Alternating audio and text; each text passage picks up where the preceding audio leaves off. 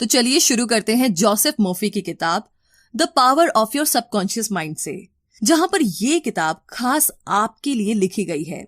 जी हाँ, और आपको ये जानकारी देने के लिए कि आपके सबकॉन्शियस दिमाग में इतनी ताकत है जितना आप सोच भी नहीं सकते, और इसकी जादुई ताकत यानी कि मैजिकल पावर से आपको वाकिफ करवाना, आपको बतलाना ही इस किताब का असली मकसद है, ताकि आप इसका भरपूर फायदा उठा सके। तो इस किताब का पहला चैप्टर कहता है कि आपके अंदर एक खजाना मौजूद है। एक 75 साल की विधवा ने हमारे लेखक को खत लिखकर बताया कि वो दोबारा शादी करके घर बसाना चाहती है और खुश रहना चाहती है। तो उसने एग्जैक्टली वही किया जैसा लेखक ने उसको करने को बोला था। वो औरत खुद को बार बार याद दिलाती रहती थी कि वो एक खुशहाल शादीशुदा औरत है और अपने पति से बहुत प्यार करती है। और आखिरी में एक दिन वो एक बड़े फार्मासिस्ट से मिली और उनसे प्यार कर बैठी। रिजल्ट ये रहा कि आज दोनों शादीशुदा है और काफी खुश है। तो कहने का मतलब ये है कि आपके अंदर एक्चुअली में एक पूरी सोने की खान है जो आपका सबकॉन्शियस माइंड है। बस अगर आप इसे कंट्रोल करके अपने फायदे के लिए इस्तेमाल करना सीख जाए तो क्या बात। क्योंकि आप जब किसी टेस्ट से पहले खुद को ये यकीन दिलाते रहते हैं कि आप फेल हो जाएंगे या फिर कोई चीज आपको नहीं मिलेगी, तो एक्चुअली में आप अपने ही दिमाग को ऐसा करने के लिए मजबूर कर रहे होते हैं। आप अपने दिमाग की सुपर पावर को गलत आइडिया दे रहे होते हैं कि आप ये नहीं कर सकते या फिर आप वो नहीं कर सकते। मगर ऐसा कभी मत कीजिए। कभी भी अपने दिमाग में नेगेटिव आइडिया किसी भी सिचुएशन में मत आने दीजिए, बल्कि पूरे जोश के साथ दोहराते रहे, विश्वास रखे और उम्मीद भी। और फिर आप देखेंगे कि आपका सबकॉन्शियस ही आपके सारे सवालों का जवाब बन जाएगा। है ना इंटरेस्टिंग? तो चलिए अब बात करते हैं दूसरे चैप्टर की। इस चैप्टर में आप सीखेंगे कि आपका दिमाग कैसे काम करता है, और इसको समझते हैं इस एग्जाम्पल से। एक बूढ़ी औरत को यकीन हो चला था कि उसकी याददाश्त चली जाएगी, मगर उसने ना अपने दिमाग को यही यकीन दिलाए रखा कि ऐसा कुछ भी नहीं होगा, बल्कि वो डेली सोचती थी कि उसकी याददाश्त तो दिन ब दिन बढ़ती जा रही है। तो हुआ यूं कि अब ये उसका मजबूत विश्वास ही था कि सच में उसके साथ ऐसा ही हुआ। हाँ, वैसे ये समझना जरूरी है कि सबकॉन्शियस और कॉन्शियस लेवल दोनों अलग अलग नहीं है, बल्कि एक ही दिमाग के दो अलग अलग लेवल है। कॉन्शियस माइंड वो है जो सोच विचार करता है, और सबकॉन्शियस माइंड आपकी हर सोच पर विश्वास करके उसे अपना लेता है। जो कुछ भी आप सोचते हैं और करते हैं उस पर सबकॉन्शियस माइंड पूरी तरीके से यकीन करता है। मतलब वो आपसे आर्ग्यूमेंट नहीं करेगा, वो बस एक्सेप्ट कर लेगा। एग्जाम्पल के लिए, हिप्नोसिस के पीछे सिर्फ एक वजह यही है कि आपका सबकॉन्शियस माइंड इस पर यकीन करता है, और फिर आपसे जो भी कहा जाता है उसे आपका कॉन्शियस माइंड बिना किसी जिद के, बिना किसी आर्ग्यूमेंट के मानने लग जाता है। फिर आप चाहे सही हैं या गलत, जो भी विचार रखते हैं उसे ये बेहिचक अपनाने लगता है। तो याद रखिए कि आप अपनी कश्ती के खुद ही मालिक है। सारा कंट्रोल आपके अपने हाथों में है। तो सोच समझकर चुने, अच्छा चुने और अपनी खुशियां चुने। इसी के साथ आगे थर्ड चैप्टर में आप जानेंगे आपके सबकॉन्शियस दिमाग के काम करने की जादुई ताकत के बारे में, और इसके लिए ये रियल स्टोरी आपकी काफी मदद करेगी। एक स्कॉच सर्जन डॉक्टर जेम्स एसदिले ने कुछ 400 ऑपरेशन किए। तब तक ना एनेस्थीसिया की खोज नहीं हुई थी जिससे वो अपने पेशेंट्स को बेहोश कर सके। तो सवाल ये है कि आखिर उन्होंने ये कैसे किया? तो इसका जवाब ये है कि अपने मरीजों को मेंटल एनेस्थीसिया देकर। अब ये क्या होता है? ये बड़ी ही इंटरेस्टिंग चीज है। वो उन्हें पूरी तरीके से यकीन दिला देते थे कि ऑपरेशन में ना उन्हें किसी भी तरह का दर्द नहीं होगा और ना ही कोई इन्फेक्शन होगा। उनके ऑपरेशन सफल हुआ करते थे और उनका मोर्टेलिटी रेट यानी कि पेशेंट्स के मरने का रेट भी बहुत ही कम था, सिर्फ 2 या 3% ही। तो अपने मरीजों का ऑपरेशन करने से पहले वो उनके सबकॉन्शियस माइंड को हिप्नोटिक करके उनके कानों में बोलते थे, तुम्हें कुछ नहीं होगा, तुम ठीक हो जाओगे, तुम हेल्दी हो। तो आपका सबकॉन्शियस दिमाग आपका सब कुछ कंट्रोल करता है, आपके खून का बहाव, आपका डाइजेशन और आपके थॉट्स। एक बार अगर आप इसकी ताकत को समझ ले तो इसे अपने फायदे के लिए आप इस्तेमाल कर सकते हैं।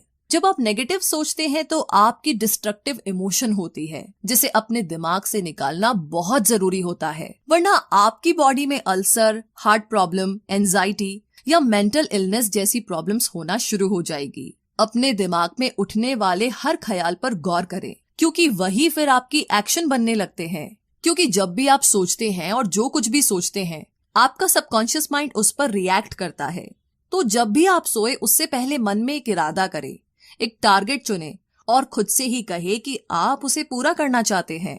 आप कुछ भी सोच सकते हैं, अपनी अच्छी सेहत, पैसा या फिर लोगों के साथ अपने रिश्ते के बारे में भी। पॉजिटिव विचारों को आने दीजिए और अपने दिमाग को प्रोग्राम करते रहिए, और फिर इसके मिरेकल्स क्या होंगे, क्या चमत्कार होंगे, ये आप सोच भी नहीं सकते। तो चलिए इसी के साथ आगे चौथे और पांचवें चैप्टर की बात करते हैं, जहां पर आप मेंटल हीलिंग के पुराने और नए तरीके के बारे में जानेंगे। तो बात ऐसी है कि 1910 का एक मशहूर किस्सा है। एक आदमी को टंग पैरालिसिस हुआ, यानी कि उसकी जीभ को लकवा मार गया। तो उन दिनों ना इसका कोई भी इलाज नहीं था। वो डॉक्टर के पास गया तो उसने उसकी जबान में एक थर्मामीटर रखकर कहा कि ये बिल्कुल नया इंस्ट्रूमेंट है, एकदम खतरनाक मशीन है, मतलब जिससे ना उसकी जीभ ठीक हो जाएगी। और सच में कुछ ही मिनटों के बाद उसकी जीभ ठीक हो गई थी और वो उसे हिला डुला पा रहा था। तो बहुत से एक्सपेरिमेंट में हिप्नोसिस किए गए लोगों को आसानी से ये यकीन करा दिया जाता है कि उन्हें कोई खास बीमारी है, और फिर वे लोग सच में उसी बीमारी के सिम्टम्स दिखाने लगते हैं, क्योंकि उनका सबकॉन्शियस दिमाग कही हुई बातों पर यकीन कर लेता है। इसमें ना इतनी ताकत होती है कि वे उसी तरीके से एक्ट भी करने लगता है, जो बहुत ही अजीब है मतलब सुनने में। बट आप कभी सोचेंगे ना, एक्चुअली आपके साथ भी यही हो रहा होता है। ये अपोजिट भी काम करता है। जब किसी मरीज के सबकॉन्शियस दिमाग को यकीन दिलाया जाता है कि वो ठीक हो रहा है, तब ऐसा लगता है कि वो कभी बीमारी का शिकार ही नहीं था। तो आपके शरीर पर कोई असर तब तक नहीं होगा जब तक आपका सबकॉन्शियस माइंड ऐसा करने को ना बोले। हमेशा अपने सबकॉन्शियस दिमाग की ताकत को याद रखिए, न जाने आपके जीवन में इसकी बदौलत कब क्या चमत्कार हो जाए। इसीलिए ना कोई भी मौका मिस ना करे। तो आज हम सब अपने सबकॉन्शियस माइंड की पावर से वाकिफ है, इसके बारे में जानते हैं, मगर हम में से बहुत से लोग इसका सही इस्तेमाल करना नहीं जानते हैं। उन्हें ये पता नहीं होता है कि इसकी ताकत से कैसे अपनी जिंदगी को बदला जा सकता है। वैसे ऐसा करने के लिए ना सबसे पहले तो ये जानिए कि आपको क्या चीज हील कर सकती है, ठीक कर सकती है, और फिर उसे अपने सबकॉन्शियस माइंड को गाइड करने में इस्तेमाल करें। दिमाग में कोई एक प्लान बनाइए, उसे काम करता हुआ आप देखिए, फिर बुरे या नेगेटिव ख्याल ना आने दे, क्योंकि ऐसा करना बेवकूफी होगी। और आखिरी बात ये कि प्रेयर करें और अपनी दुआओं पर यकीन रखें। इसी के साथ आगे चैप्टर नंबर 6, जहां पर आप जानेंगे मेंटल हीलिंग की प्रैक्टिकल टेक्निक के बारे में। कहने का मतलब ये कि जब गोल्डन गेट ब्रिज बना तो इंजीनियरिंग कंपनी के पास एक प्लान था। इस प्लान में पहली बार स्ट्रेस और स्ट्रेंथ की बात कही गई थी, जो ब्रिज पर पड़ सकता था। तब उन्होंने एक मजबूत और पूरी तरह से आइडियल ब्रिज के बारे में सोचा और उसे प्रैक्टिकली टेस्ट भी किया गया। ये सारे स्टेप्स ऑर्डर में किए गए और कोई भी स्टेप पहले या बाद में नहीं अपनाया गया, वरना ब्रिज पूरी तरह से नाकामयाब रहता। तो जिस तरह हमारी दुआएं सुनी जाती है, वे भी कुछ इसी तरह होती है, जैसे कि जो भी हमें मिलता है ना पहले ना बाद में, बिल्कुल सही वक्त पर मिलता है। तो इनमें से ना जो सबसे पहली टेक्निक है वो है पास ओवर टेक्निक, यानी कि सिंपल तरीके से अपने थॉट्स और इच्छाओं को अपने सबकॉन्शियस माइंड में रखते जाइए, ताकि आप किसी भी तरह की सिकनेस दूर कर पाए। जैसे कि कोई छोटी सी लड़की जिसका गला खराब है और बुरी तरह खांस रही है, वो अगर खुद से मजबूत इरादे से कहे कि मेरी बीमारी जा रही है, ये दूर हो रही है, तो घंटे भर के बाद में ही सच में वो ठीक महसूस करने लगेगी, बिना किसी मेडिसिन के। और दूसरी सिंपल टेक्निक है विजुअलाइजेशन टेक्निक। आप विजुअलाइज करके अपने दिमाग में इमेज बना करके, इमेज क्रिएट करके ऐसा कर सकते हैं। जो आप चाहते हैं उसे हरदम ख्यालों में रखिए। आप अपने फोन या लैपटॉप पर उसका वॉलपेपर लगा करके भी ऐसा कर सकते हैं, या फिर एक ड्रीम बोर्ड भी आप बना सकते हैं, या अपने सपने की फोटो कार्डबोर्ड में लगा कर रखें और रोज उसे देखें। और अब आखिर में आती है स्लीपिंग टेक्निक, जिसमें जब आप सो रहे होते हैं तो आपकी बॉडी का एफर्ट और स्ट्रेस कम होता है। उस वक्त आपका सबकॉन्शियस एक्टिव हो जाता है और आपके विचार और भी बेहतर ढंग से अब्सॉर्ब कर लेता है, जिससे आपके दिमाग और शरीर को अपनी चाही गई चीज हासिल करने में मदद मिलती है। इसीलिए ऑटो सजेशन और विजुअलाइज के लिए सोने से बिल्कुल पहले का टाइम सबसे बढ़िया रहता है। तो अब आगे बात करते हैं 7वें चैप्टर की, जो कहता है कि सबकॉन्शियस दिमाग की आदत लाइफ वर्ड है। कहने का मतलब ये है कि लेखक रॉबर्ट लुइस स्टीवनसन हर रात सोने से पहले कुछ करते थे। वो सोने से पहले अपने सबकॉन्शियस माइंड को उन सारी कहानियों से भर देते थे जो कि उन्हें लिखनी होती थी, और इस तरीके से वो कहते हैं कि उनके सबकॉन्शियस माइंड की डीप पावर उन्हें एक बढ़िया कहानी पूरी तरीके से तैयार करके देती है, जिसे बाद में वो लिख लेते थे। तो उनकी इस बात से पता चलता है कि हमारी सबकॉन्शियस ताकत कितनी ज्यादा जबरदस्त होती है। ज्यादातर बच्चे हेल्दी और स्ट्रांग पैदा होते हैं, ये बहुत ही कॉमन सी बात है। मगर बीमार पड़ना और कमजोर होना नॉर्मल नहीं है, क्योंकि ये लाइफ स्ट्रीम के खिलाफ है। सेल्फ प्रिजर्वेशन हम इंसानों की सबसे स्ट्रांग इंस्टिक्ट होती है। मतलब ये कि फ्रेडरिक एलियंस एंड्रयूज एक ऐसा लड़का था जिसे पोटस की बीमारी थी, जिसे स्पाइन का ट्यूबरक्यूलोसिस भी कहा जाता है। तो अपनी बीमारी के दौरान वो प्रार्थना किया करता था कि वो ठीक हो जाएगा, और उसकी प्रेयर्स काम आई और वो सच में ठीक होकर के एक तंदुरुस्त इंसान बन गया। तो सोने से पहले वो उसी स्लीपिंग टेक्निक मेथड का इस्तेमाल किया करता था जिसके बारे में आपको पहले बताया गया था, और ये तरीका काम आया। हर 11 महीने में आपका शरीर खुद को रिन्यू करता है।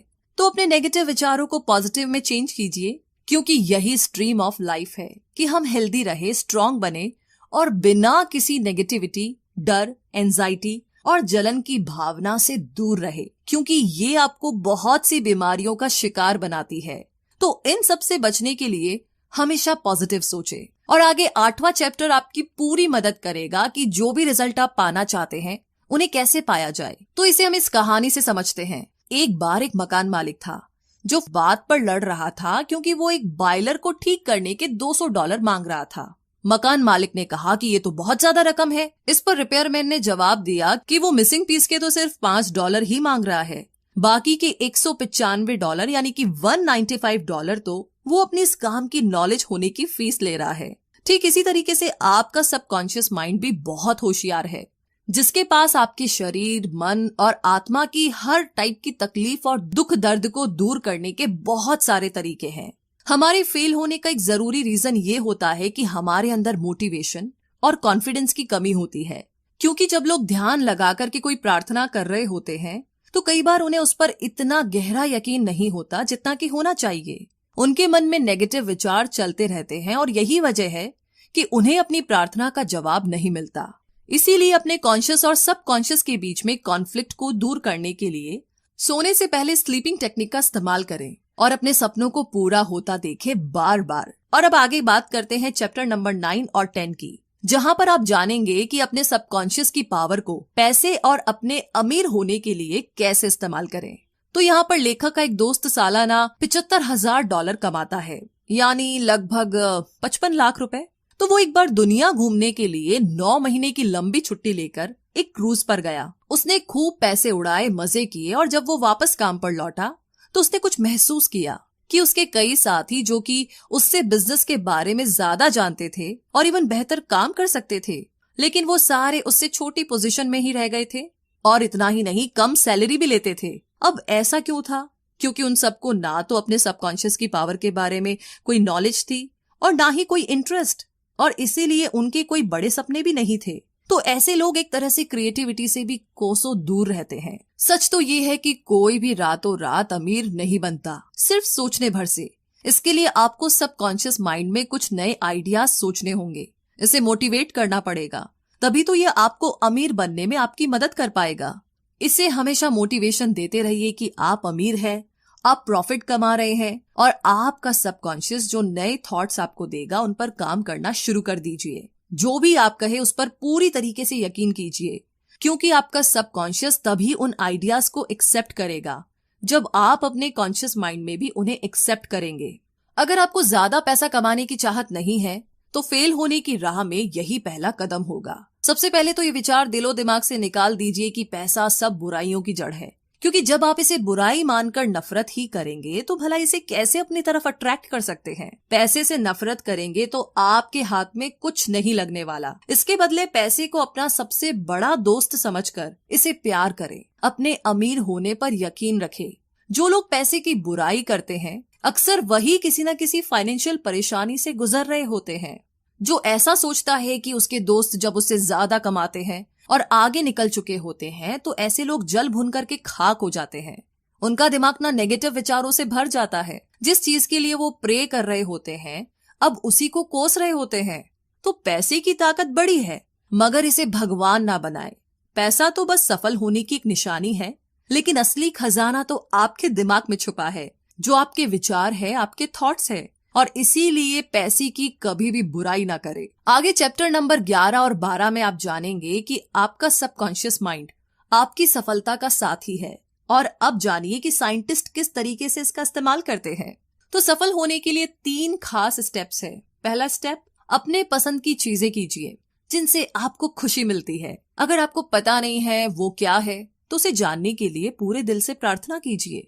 दूसरा स्टेप, किसी एक खास चीज में महारत हासिल करें। जो आपको पसंद हो उसके बारे में ज्यादा से ज्यादा जानकारी रखें। जैसे कि मान लीजिए आपको डेंटिस्ट का काम पसंद है तो इसकी किसी खास ब्रांच में स्पेशलिस्ट बन जाइए, जैसे कि एंडोडोंटिक्स या फिर ओरल सर्जरी या किसी और चीज में। तीसरा स्टेप है कि जो भी आपको पसंद हो वो सिर्फ आप तक ना सीमित रहे। सिर्फ आप ही नहीं बल्कि बाकी लोगों के लिए भी ये काम आए। अपनी पसंद से दूसरों का भी भला करे तो बेहतर होगा। इन सब स्टेप्स को अपनाते समय अपने सबकॉन्शियस की पावर को कभी ना भूले। बहुत से साइंटिस्ट इस बात को जानते और मानते थे। एडिसन, मार्कोनी, आइंस्टाइन और भी बहुत सारे साइंटिस्ट अपने सबकॉन्शियस की आवाज को सुनते थे और इसका उन्हें बहुत फायदा भी हुआ। बहुत ही कामयाब इलेक्ट्रिकल साइंटिस्ट टेस्ला को जब भी कोई आइडिया आता था तो वो अपने ख्यालों में ही उसका इन्वेंशन कर लेते थे और वो जानते थे कि अपने सबकॉन्शियस का इस्तेमाल करके वो जो भी चाहे वो बना सकते हैं। उनका दिमाग उस पॉइंट पर पहुंच चुका था कि किसी भी डिजाइन के इन्वेंशन होने से पहले ही उनके दिमाग को उस डिजाइन का डिफेक्ट भी नजर आ जाता था। इसीलिए इन्वेंट करने से पहले ही वो डिजाइन इस तरीके से बनाते थे कि उसमें कोई डिफेक्ट ही ना रहे, जिससे उनका पैसा और वक्त बर्बाद होने से बच जाता था।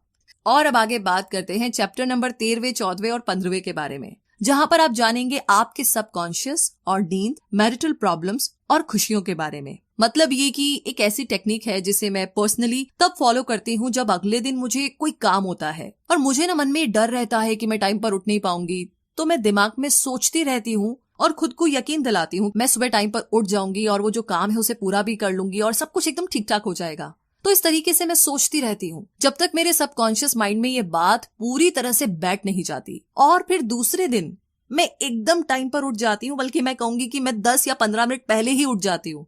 और ये टेक्निक ना आज तक फेल नहीं हुई है, एक बार भी नहीं। ये बहुत ही सिंपल टेक्निक है। और पता है कमाल की बात क्या है, इसके लिए ना आपको अलार्म क्लॉक भी नहीं चाहिए। हालांकि मैं फिर भी अलार्म सेट करके रखती हूँ सेफ इन साइड, लेकिन मेरा सबकॉन्शियस माइंड मुझे इस बात में कभी भी धोखा नहीं देता। हमेशा अलार्म बजने से पहले उठ जाती हूँ, जिससे पता चलता है कि सबकॉन्शियस माइंड में कितनी ज्यादा पावर है।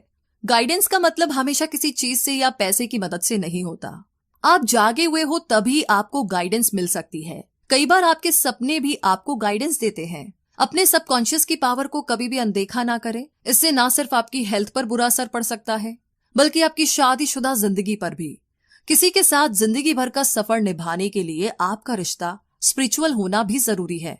जब आप किसी से प्यार किए बगैर सिर्फ पैसा, पोजीशन या फिर अपने ईगो के लिए शादी करते हैं तो ऐसा रिश्ता ना कभी भी सच्चा नहीं होता।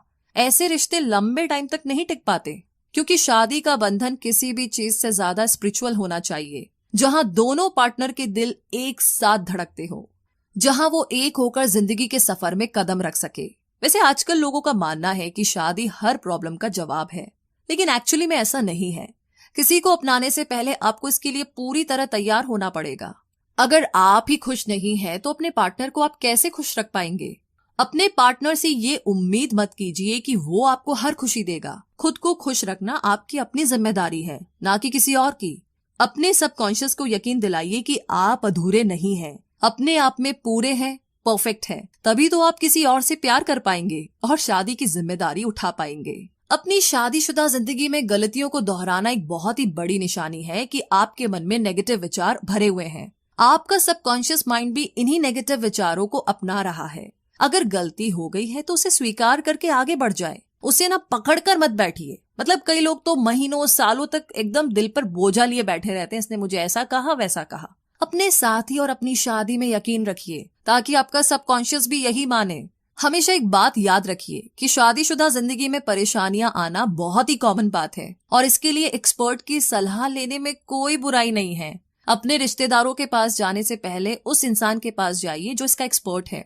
जब आपको दांत में दर्द होता है तो क्या आप इंजीनियर के पास जाते हैं क्या? नहीं, बताइए जाते हैं क्या? नहीं ना। तो आपकी शादी भी आपके दांत के दर्द से कम जरूरी मसला नहीं है। जब भी कोई परेशानी आए तो अपने रिश्ते को बचाने के लिए एक्सपर्ट की राय लीजिए।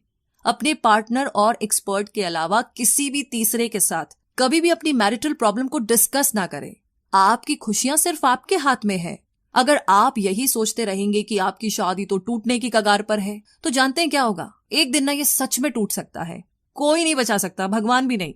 क्योंकि आप ऐसा सोचते हैं तो आपके सबकॉन्शियस को भी यही यकीन होने लगता है।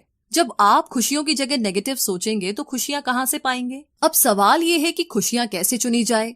तो इसके लिए आपको रोज सुबह उठकर खुद से यही दोहराना है कि आपकी जिंदगी बहुत ही खूबसूरत है और बहुत ही बेहतरीन है। जो भी होगा एकदम बढ़िया होगा और आप हमेशा खुश रहेंगे। अब आगे बात करते हैं चैप्टर नंबर 16, 17, 18 और 19 के बारे में, जहां आपका सबकॉन्शियस माइंड और इंसानी रिश्ते, माफ करना, मेंटल ब्लॉक्स और डर के बारे में आप जानेंगे।